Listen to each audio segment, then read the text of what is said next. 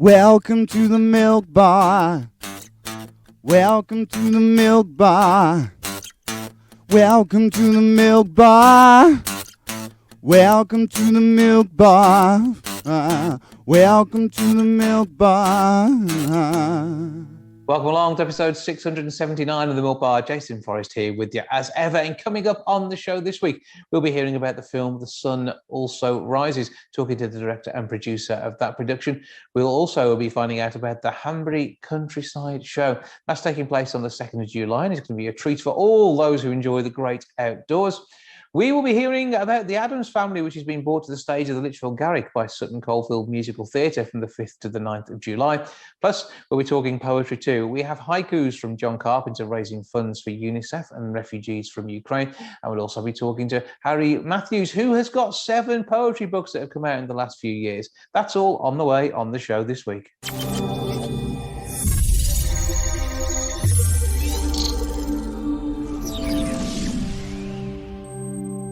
Sutton Coldfield Musical Theatre will be at the Lichfield Garrick from the 5th through to the 9th of July with their production, The Addams Family. To tell us more, I'm joined now by Louise Griffiths. Good day to you.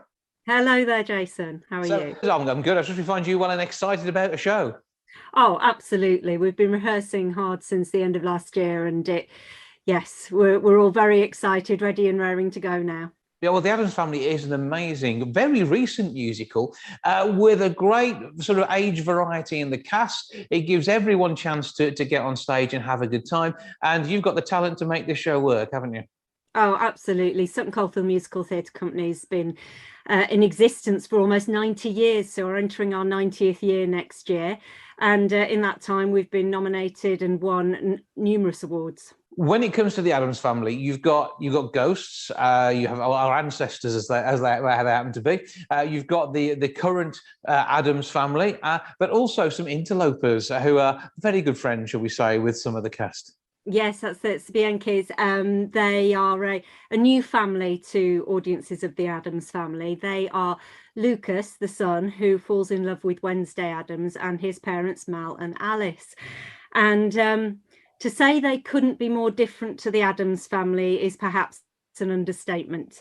You can imagine all sorts of hilarious consequences of the two families coming together as the two young loves start to think that they might want to get married. But all this with music. I mean, what more could you ask for? Oh, it's an absolutely cracking musical. There's show numbers, there's Latin-inspired numbers, and it's a real ensemble piece. Despite being called The Addams Family, it's not just about the Addams Family themselves. It's about the story between these two young loves, Wednesday and Lucas, and what happens when they come together, when the two families come together, and the reactions of the two families. So particularly Pugsley, whose behaviour at a dinner that Wednesday invites the potential in-laws to ends in some very interesting scenes with Lucas's mother at the end. So you've got the comedy, music, there's great acting, fantastic entertainment, one for all the family, whether your surname's Addams or not, and certainly something for those who remember the show, who've enjoyed the films, but actually anybody who just loves a good, fun musical. It's got something for absolutely everyone. And I mean, the costumes and the setting for this are quite technical too. Everything down from Cousin It to The Thing. Yes, I mean, the set itself is the Addams Family house, which is going to be rather interesting. Lots of scenes with ancestors who are the ghostly relatives of the Addams Family appearing at different parts on the stairs to the house and elsewhere in the house, and from a crypt at the beginning as well. So it's all very off the wall. It's funny from start to finish, and really the perfect way to escape a little bit of the doom and gloom that we're all experiencing at the moment. Absolutely. So I'll give the details now of this, and then we'll talk about some of the other things you've got coming up with Sutton too. So first of all, lichfieldgarrick.com is where you get your tickets. It is 01543 412121, the box office number. So those are the two important bits you need. But you can also find Sutton Musical Theatre online as well, can't you, via Facebook? That's absolutely correct, yes. And we're on Twitter and Instagram as well. And what are we searching for there? Have you got is there a handle, or should we just punch in the name? Yes, you can find us on Facebook by simply searching Sutton Coldfield Musical Theatre Company. Same for Instagram and for Twitter. But if you want to find us quickly by our handle, on Twitter we are at SCMTC, and on Instagram at the SCMTC. And those are all the details where you find out about forthcoming shows, including the amazing work that's been put together by the Youth Wing coming up this October. That's right. Our youth theatre is doing We Will Rock You from the 18th to the 22nd of October at Sutton Coldfield Town Hall. We've just cast for that. Really excited to be able to bring that to the town. Again, a company that's won awards in its very short history, because they only started in September 2018. So yes, they're quite new, and they came back just recently in May with their Little Shop of Horrors, which was their first post-lockdown performance, which of course the Addams Family is for the adult company as well. So it's great to have all this going on back on stage. We will talk to some of them close to the time. Meanwhile, you are looking to get your tickets for the Addams Family. It is Sutton Coldfield Musical Theatre. It is the 5th through to the 9th of July. Litchfieldgarrick.com to get your tickets, or once again, that box office number 01543 412121. And enjoy the magic of a musical comedy with a lot of actual magic in it too, all taking place on stage. Louise, thank you for joining us. Thank you very much, Jason.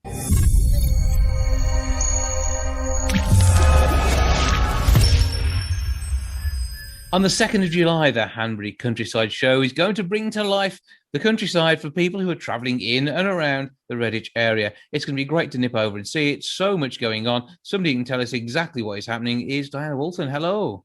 Hello. So when it comes to this sort of show, you've got a good history of that. You know how these things come together. What is it you've been doing, and how has this all been created? Well, I'm working for an amazing group of volunteers, and they this year are celebrating 75 years of putting on a Hanbury show. And what is it? It's the most amazing day out in the countryside. It celebrates everything that's brilliant about Worcestershire, and it's something for all the family. So I'm helping them do that, and they are an amazing bunch of people. But it is a huge showground as well. It is, and it's a working farm. A few days ago, they were still cutting the hay. Now it's covered with marquees, and everybody can't wait. There's a real buzz there because people really love what they do, and they can't wait to get back together again. So this is bringing a huge array of countryside life together into one place. It is. We've got everything from the livestock through to the horses. We've got a wonderful food marquee, a main arena full of great acts all day long. We've got the horticultural and crafts competitions. We've got a bandstand packed full of activities all day long. So it's just something everywhere. It basically just doesn't stop for the whole day. It doesn't stop the whole day. 9 till 6 we're open. And I genuinely think you can spend the whole day there and enjoy it, every bit of it. You mentioned this is in Worcestershire. Hanbury is the place, but it's just outside Redditch, isn't it? That's right. Yeah, it's not far away at all, and good connections. And yeah, it's people travel from far and wide because it's got such a great reputation. Mm-hmm. And great parking as well. Yeah, it is. You got huge fields to park in. We've worked really hard on our accesses this year. And yeah, people are just going to be there in the sunshine, hopefully. Yeah, I know, but it's something that's back after a couple of years hiatus as well. So it's again, it's another chance for people to come together, and it is that community feeling, particularly about this one, because it is Hanbury's has got that feel about it, hasn't it? It absolutely has. And if I say we've got nearly 300 volunteers, and every one of them is essential to the day out. They know their work, that what they're doing inside out. They love their sections. They do so much good for us because they're out there telling people about the show. And at the end of the day, we're all doing it because we raise money for other charities. So there's a real feel-good factor involved. So who will be benefiting this year? Our two main charities we're supporting this year are the Midlands Air Ambulance and RABI, who are a farming charity. So again, doing great work, and the air ambulance, particularly in rural areas, and as we see that around Wolverhampton as we head out through the likes of Essington and beyond, and particularly if something goes wrong on the motorway, the air ambulance plays such an important part in getting people to the hospital quickly. It is, and it's something we all identify with, and I think that's why people are so keen to support the show, because they know we're raising money for those beneficiaries. So the important thing is, how do we find you? How do tickets work, and what's going on the day? How does it start? Yeah, thank you. So the website is hanburyshow.co.uk, and tickets bought in advance are £14. If you buy on the gate, it's £18. So we do advise you buying in advance. And show opens at 9, closes at 6, and it's as easy as that. Parking is free throughout, and all children under 16 are free of charge. But do you still need to book a ticket for them online? No, you don't even need to do that. You just need to book your adult tickets. So that will work really well. As you say, it has just shy of 15 quid. It's a great value day out. There's lots to see. And the only thing that's going to cost you when you get in there is enjoying the food and drink, Marky. Absolutely. And we all love our Worcestershire produce, don't we? So we've definitely got to take part in that. And there's also some pretty good local legends in there. One of our special guests this year is Trevor Harrison, who plays Eddie Grundy in the BBC Radio 4's The Archers. And that couldn't be any closer to home at Hanbury, could it? So we've got a new Talks Theatre where Trevor will be speaking in there twice, and we hope the audience will enjoy that. And we've got a brand new Gardener's Question Time. So we've got a panel of experts. So you bring all those local problems from Worcestershire to the show and ask the questions, and I'm sure you're going to get some great answers. Well, it's going to be an amazing show. Hanbury, Hanbury, hanburyshow.co.uk to get your tickets. So do book in advance. It's going to take you, about 40 minutes to get there from Wolverhampton as well. It's not going to be too far a drive at all. And you can have a great time enjoying the day. And you've already booked Sunshine, I think, as well, haven't you? Oh, I've really put a special request in because that would just be the icing on the cake. That'll be fantastic. I know at most events that I've seen you involved with, the sun has always shone on them, whether in reality or just for the great event that it always turns out to be. I'm sure the Hanbury Show is going to do that as well in its 75th year. And have a brilliant time and enjoy not only the animals, the produce, the show, but also the chance to sort of get together and enjoy the experience. Diana Walton, thank you for joining us. Thank you.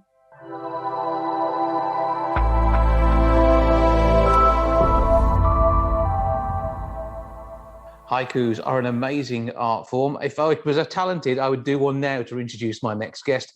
John Carpenter is the man in question, and he's raising funds to help out Ukrainian refugees with some of his work, and joins me now to tell me more. Hello, sir. Hello, Jason. Thanks for inviting me. Well, good to talk to you. So first of all, give us a bit of the background to you and Haikus. How did this all come about? Oh, yeah. Well, that's I was a writer all my life, a technical writer. I retired in 2013 and started doing the writing that I kind of liked doing, which wasn't really a lot of poetry or haiku, but then I joined some writers groups, one here in Burton where I live, called the Runaway Writers. They're mainly poets. Mm-hmm. And one time, I think it was about 2018, we got into this kind of jokey thing about haiku, the 17-syllable poem.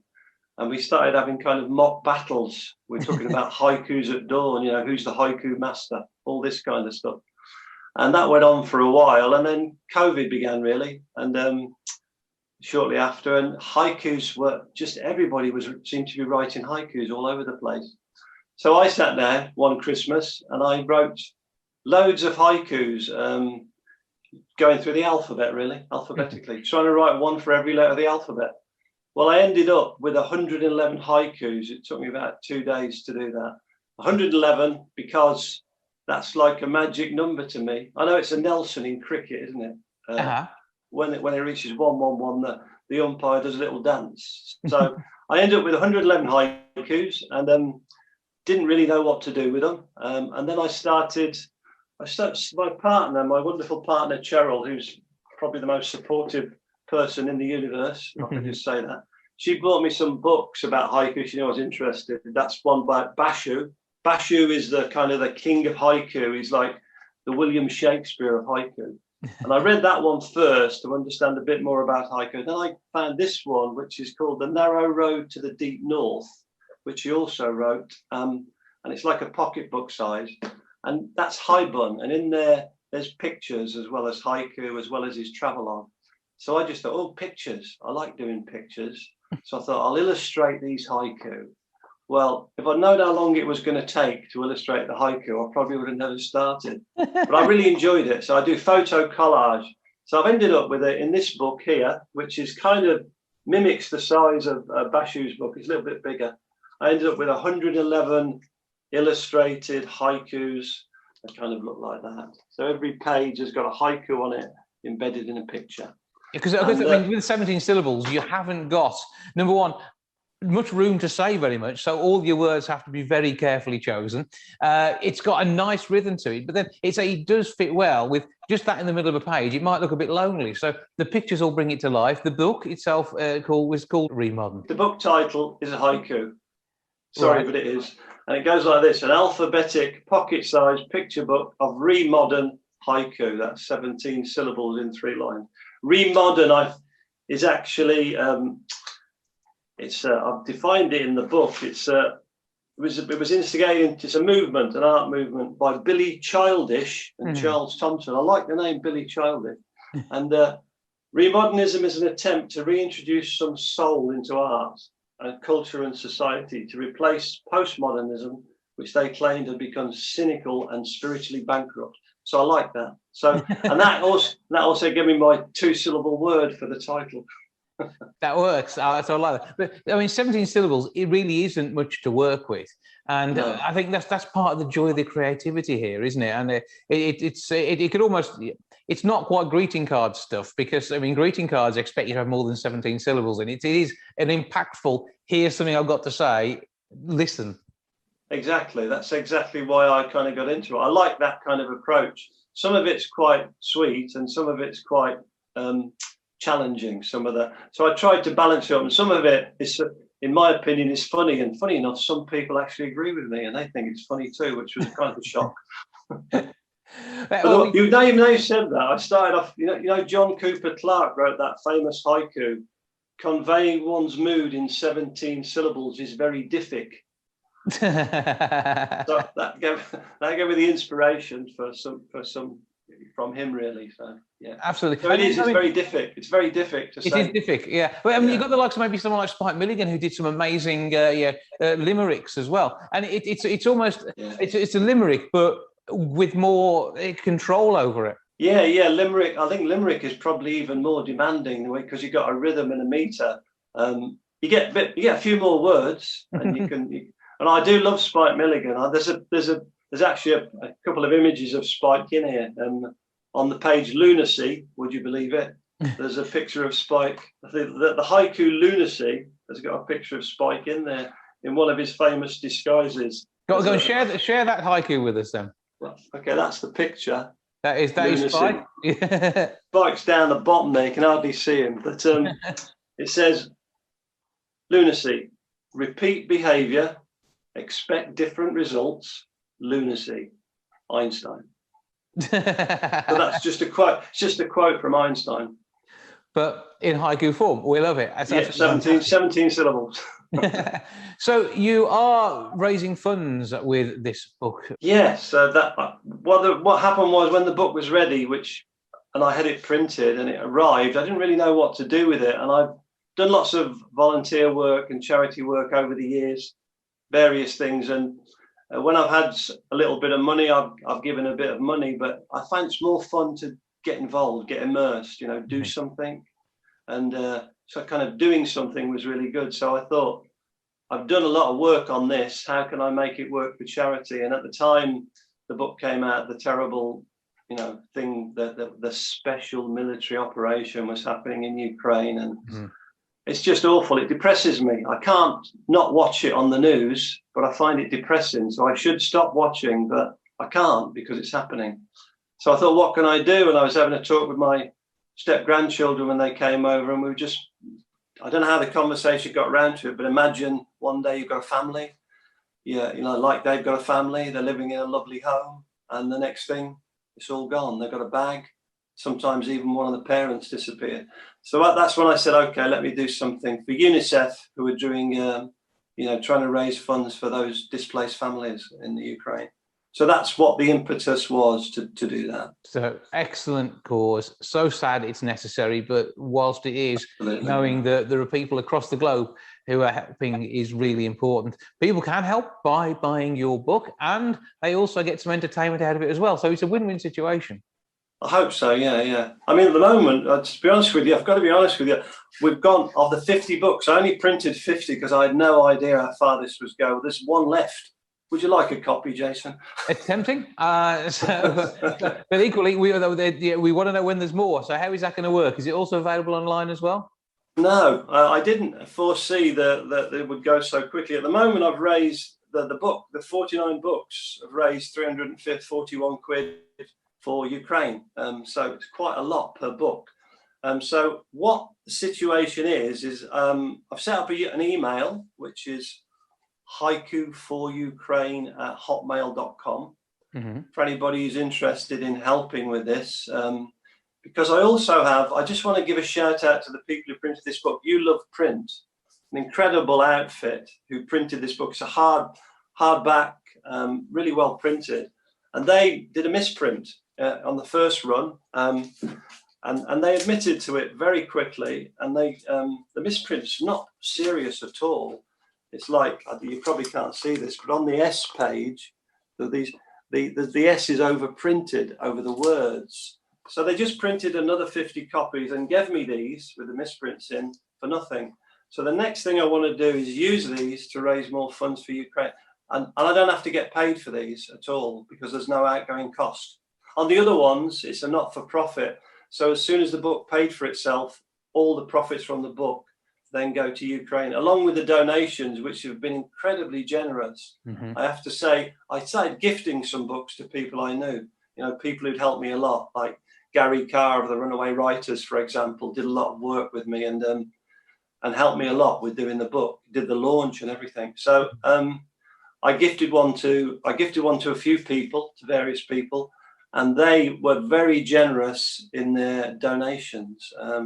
And in fact, I found that gifting a book, which has already been paid for in the accumulated sales of the book, I could gift books, and the people who then donated were more generous. So Ukraine got a bit more money. UNICEF got a bit more money. So that was what the focus is and has been all the way through. And this book, these 50 books, means that they can just go for donations and that goes straight to Ukraine. So I'm trying to find ways to do that. I'm thinking of people in cafes like the community cafe here in Burton, where we do our spoken worlds, trying to get them to just sell the book.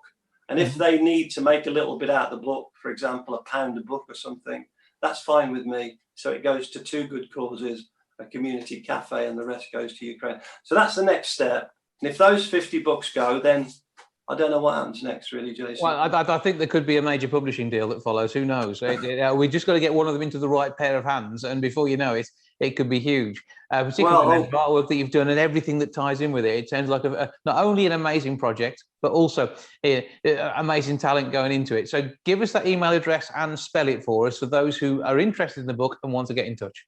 Okay, it's Haiku for Ukraine, which is HAIKU, the number 4, and Ukraine, UKRAINE, and that's all lowercase, at hotmail.com. So at hotmail.com. So it's simple as that. Haiku, the number 4, Ukraine, at hotmail.com. Get in touch with John. And if you want a book, have a little chat. Find out, number 1, how you're going to get it. Number 2, how much you want to spend, and make sure, as you say, these 50 books, it's going to Ukraine, the whole lot. Yeah, the book costs £7, by the way. I forgot to mention that. So if you're buying one, it's £7. So we want donations north of £7, really, don't we? But if possible. You get to see what happens. And of course, it's then just getting the book to the right place, which obviously you'll want to fund as well. So it's all good. So however you want to get a copy of this, work it out with John on that email, and raise funds for Ukraine, and be amazed by 111 haiku too. Thank you very much. That's really good. Yeah, that's exactly what I think. You put it very well. That's exactly what I'd like to happen. So let's go. More funds get raised for Ukraine. Yeah. Let's see that those funds come in. Hopefully, you can hit £1,000 before too long. That would be nice to see. Well, that'd be amazing. That'd be astonishing. And that will make a real difference, as will everything that's already gone into the coffers. Well, John Carpenter, Haiku Master, thank you for joining us. Oh, thank you very much for the Haiku Master. Thanks, Jason. Thanks a lot.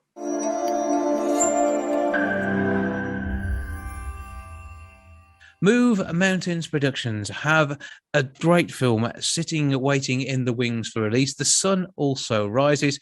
Roland Manukian and Shane McCormack are here to tell me all about it. Hello, sirs. How you doing? How you doing? We're all good here and looking forward to the release. Now, so far, I have only seen the trailer. And Roland, I'm going to jump to you to begin with to tell us a bit of the background to the movie. Yeah, well, I guess about sort of 16 months ago, Shane came to me with a script, which was a cracking script, a lovely story, and we sort of developed it and sort of tried to tell this story in a very ambitious sort of way. And then that was really the beginning of the film. Really, I was approached by Move Mountains and Shane to sort of come on board and sort of work as a director on this wonderful story we're about to tell you all about. Yeah, and Shane, the script itself, give us the origins there. Well, we're trying to get people to open up about the domestic abuse side of things. Story come from the film Nil by Mouth. That was how we got the core storyline. We sort of developed from that kind of cycle with telling it from a man's point of view to now seeing it from the woman's point of view, which obviously Roland has brought to life. Originally, it was Ray the man, and then Roland's made it about Ray the girl, which it comes from a different point of view. People to sort of open up and come to terms and sort of open people's eyes, if you want to say. Yeah, I think what we did, what we that's exactly right, Shane. We were sort of we wanted to tell a story about domestic violence and the cycles of domestic violence and how they affect everyone in those in people's lives that experience it, and not always just first hand, second hand, third hand, friends of. It's like it's a very traumatizing sort of position to find yourself in if you're a victim of domestic abuse at all. And the original story, it was told through a man's perspective, and it was just. And I remember talking to Shane. I was just like, what would happen if we sort of flipped it on its head, and we told more of the victim story than the perpetrator's story, and then it developed from there. Really, it was just like, okay, this is a really sort of broad subject matter. This affects a lot of people, and it sort of started to resonate. The script started to have real power. In the case of those who have survived this, it will tell a story that will ring true to them.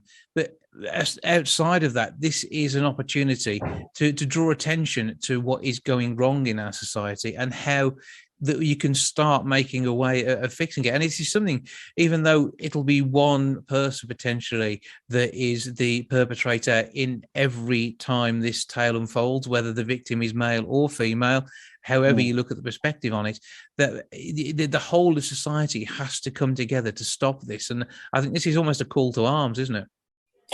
Yeah, I think so. I think, don't get me wrong, I think lots of legislation was put in place. Actually, it was something I think in 2021 just put in place to protect people even further.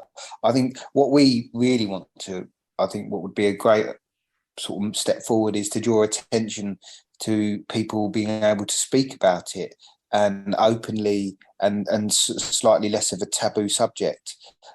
Because it usually happens in very inner circles within families and inner circles within friendships, and the relationships are quite personal and stuff. It doesn't get much airtime because it's sort of like, you're dragging the dirty laundry out for everybody. It's like it's a very, very difficult subject matter. So yeah, I think our plan was to, even if we can shine the smallest amount of light on a really sort of traumatizing subject for people, then we've achieved something that, really good. So I think that was what we were always trying to aim for, just even the smallest light on a subject matter that, that could help someone, that might encourage someone to come forward, and certainly in the light of what's going on culturally over the last 5 years, we're seeing people coming forward now. We're seeing people having the bravery to come forward and speak about events that happened a long time ago for a lot of people, and so hopefully we can encourage that. And just to put it out there, when we started developing this script, it's sort of the numbers because of COVID, everyone being held to sort of stay in home and not be allowed out. The numbers went right up. So when we was developing this, it was a prime time to get something like this type of film out there, just so people can attach themselves and draw themselves to the emotions and get to grip with what's going on in reality. That's absolutely right. I think there's were a main catalyst as well for driving our story. Like I think it was domestic abuse went up about 40% as soon as the pandemic struck. So it was sort of very, very, very sort of current. And I don't know. I think ultimately as well as someone that writes stories, I wanted to write something I was interested about as well. And I think from an outside perspective, it's very interesting as well to see these relationships develop, to see the dynamic within these relationships. Like I wanted to make a film that I'd be interested to watch myself. Yeah, but a human story, a full-length feature, and the bits I've seen, the directorial work seems to be amazing, Roland, and obviously you've got a great cast to work with, and from the production value, Shane, and everything that you've done behind the scenes on this too. It may not have been quite as in the focus as Roland is in this piece, but certainly your stamp is on it as well, and you've got your take on what was happening here. I mean, it's been a great team effort. Like we've sort of ticked all the boxes that we set out to achieve. It's a low budget indie film. We knew what we was up against, and the directorial role from Roland's been class. Like I mean, it's been like next levels. He's put everybody in a place where we're hoping that we can't lose. And then obviously the production value side of things, we managed to get out into Marbella, get a bit of Spain in there. We raised the bar as much as we could with what we had, and the team have just performed to a high standard. So yeah, I'm really proud of everybody. Yeah, I have to concur and sort of give Shane and all of Move Mountains really a massive pat on the back, because when they asked me to sort of put together a script, I was like, don't give me any compromises. Let me just write a script, and then let's see what we can afford, and then compromise. And because we're ambitious, but we're also very pragmatic and realistic in terms of what we're trying to achieve. And there was no compromise. It was like, no, we love the script. We're going to do it exactly how it was. And I was thrilled, obviously, but that was that set the bar for us. And what they managed to do, and I'm a champion of British independent films. I've probably lost count of how many I've been in, to be fair with you, and how many I haven't seen as well. But it's I'm a real advocate of British independent film, and to sort of be part, and because I've done so many and I've been involved and see what goes into them, I've just was like, no, they've done an amazing job. So I've got to really give them credit for that as well, and give them credit to give me the opportunity to make a film as well. So. Well, I know it's going to be appreciated by its audience. The trailer is out there now. Where do we go on the socials? At the moment, we have the teaser trailer on Facebook. We're just going into post-production with the sound and grade in the next sort of 2 weeks, 3 weeks. We have a publicity team that's been doing an extremely brilliant job getting it out there as much as they can. And then we start trying to get a distributor lined up, and I will then have another meet at some point where we can then try and put a release together. Well, I think we are trying to get a release this year, though, at some point. And we're not quite sure, are we, Shane, at the current sort of status of the release date, but hopefully this year. Well, you just keep working on that. Fingers crossed we'll see that release in 2022. And of course, I think there's going to be a large number of award ceremonies who are going to be very interested in this as well, based on the quality of what I've seen in the teaser trail. So fingers crossed for you. Good luck with that. Hopefully we can talk to maybe some more of the cast as the release comes to fruition. I'd very much like to do that. But for now, Roland Manukian and Shane McCormick, thank you both for joining us. Thank you very much.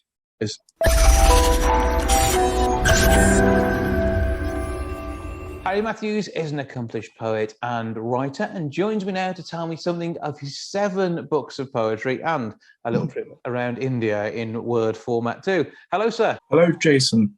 How are we doing? Very good, thank you. And you? I'm very well too, thank you. So give me a bit of your background and how you came to poetry writing. I've always written poetry as far as I can remember. Mm-hmm. I think it really began when I was 27. And it was kind of a way of dealing with emotions and describing states of mind I was in. But when I was at school, I didn't really write much poetry or enter into competitions. I remember I wrote one poem which I read in class, and they thought it was quite ahead of my age group.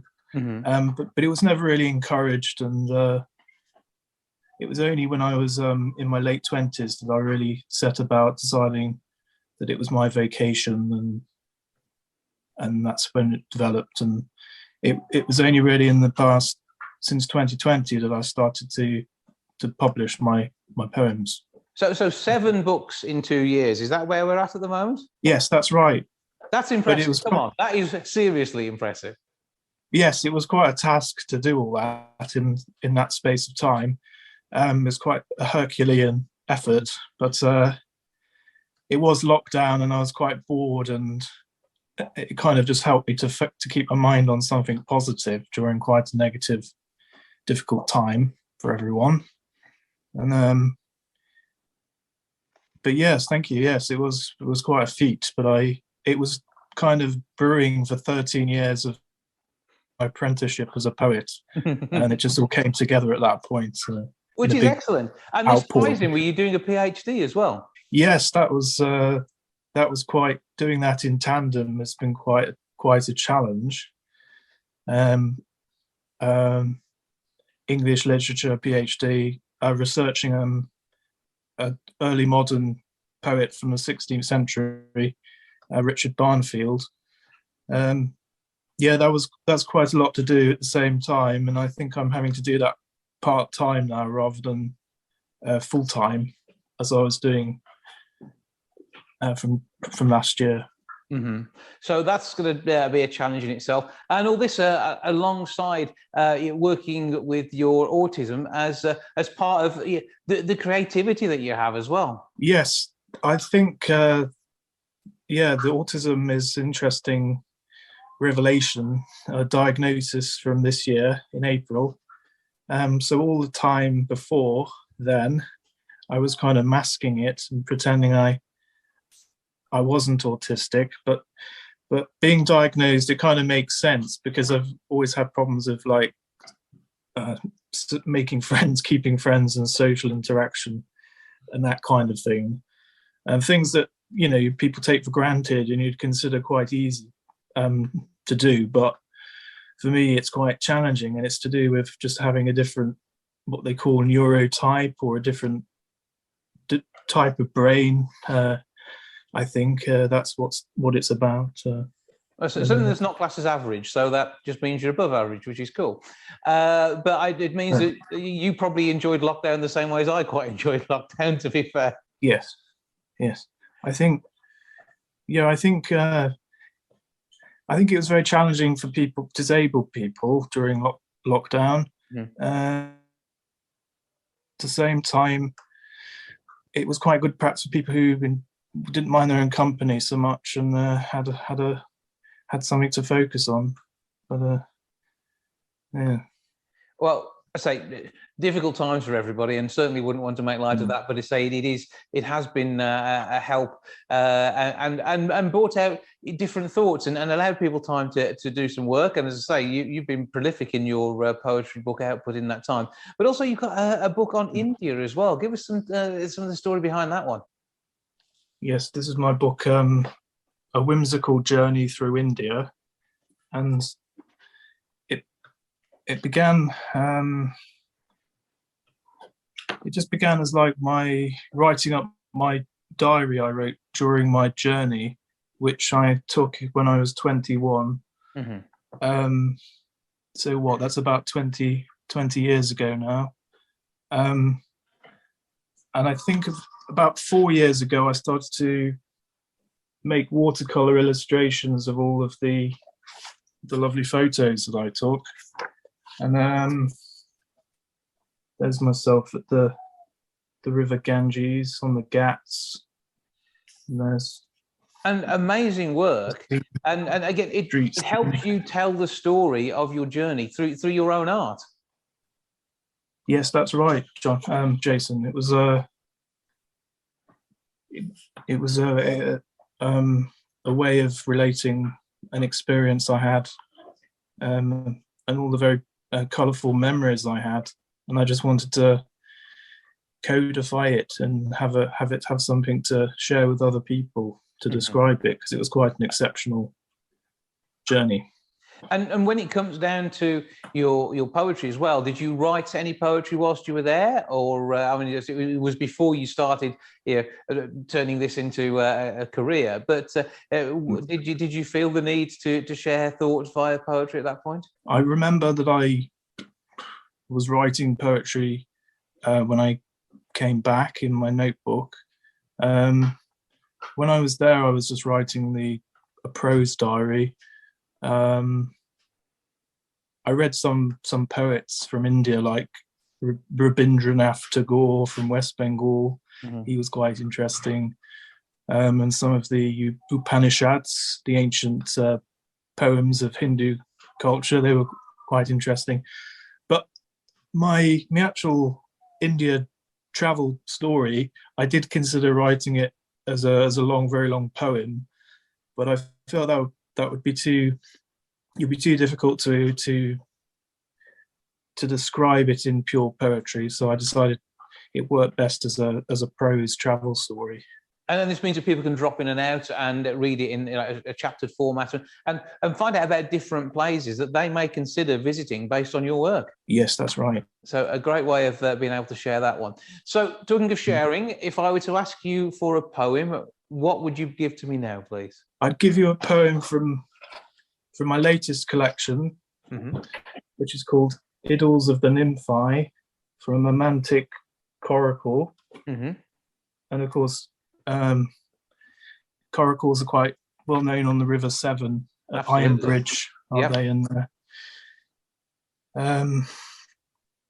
they're the traditional vessels for fishing, but also they've been used and for nets. Two coracles with a net catching fish, but they're also used by the Celtic saints to go, say, from Wales to Ireland or vice versa, or to set out on sea to do missionary work. And so I thought I'd write a collection of poems inspired by Shropshire. Cool. And so the poem I'd like to share with you is called Arcadia, which is the Greco-Roman word for like an idealized, beautiful place. And I'll just gather myself to read it. No problem, go for it. He arrived calm, gentle, still, inland in Coracle.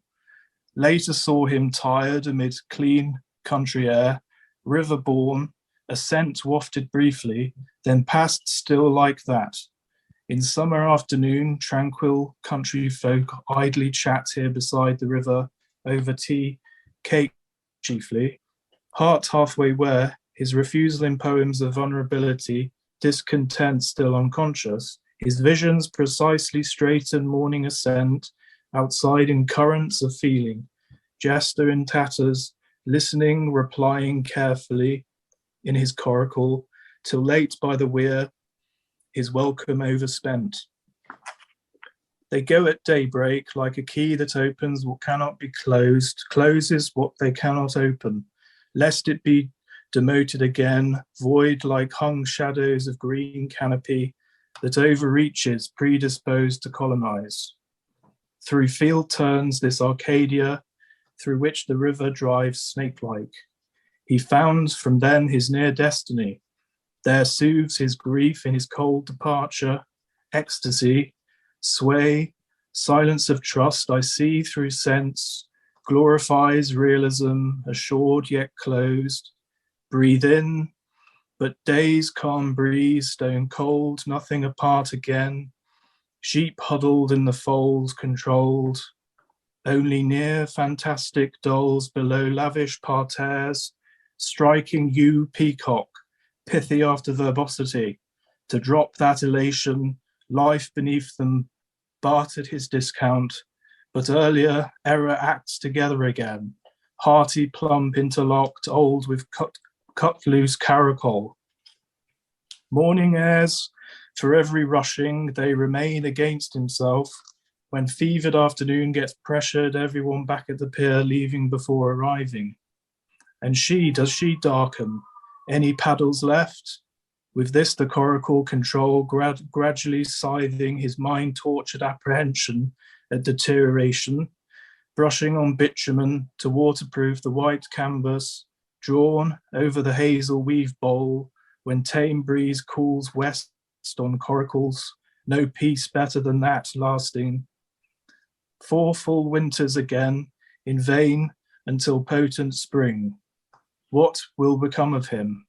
Who brings fire from water? Knowledge is sight, clear trust and innocence, heartfelt in coracle world, mirrors spirit world, birth pit of the origin. The question scatters joy, disables contrary powers, what manifests in physical undone in this river world where a poet sees love hindrance like bulrushes scythed from long blades like beaks of toucans. But God is present in dwindling land that arrests, protests, dwindling evermore to dwindle until glory dawns. Well, wonderful words, and something again which I think people will read your poems and then come back and reread them to get more of the story, won't they? And I think it's delving behind what you're saying as well, which will bring it to life. Where do we go to find your work, and where can we buy your books? Go to my website. It's harryartpublishing.co.uk, and but you can also purchase books from Amazon. Mm-hmm. They're distributed by Amazon and a few others like Barnes and Noble and Waterstones. So you can pick them up there, but basically search for Harry Poet and you'll be able to find it. But that web address again? harryartpublishing.co.uk. Simple as that. Well, Harry, great to speak to you. Thank you for joining us. Thank you for sharing your poetry. And maybe there'll be a return to India one day and more travelogue from there. I hope so, yes. Thank you.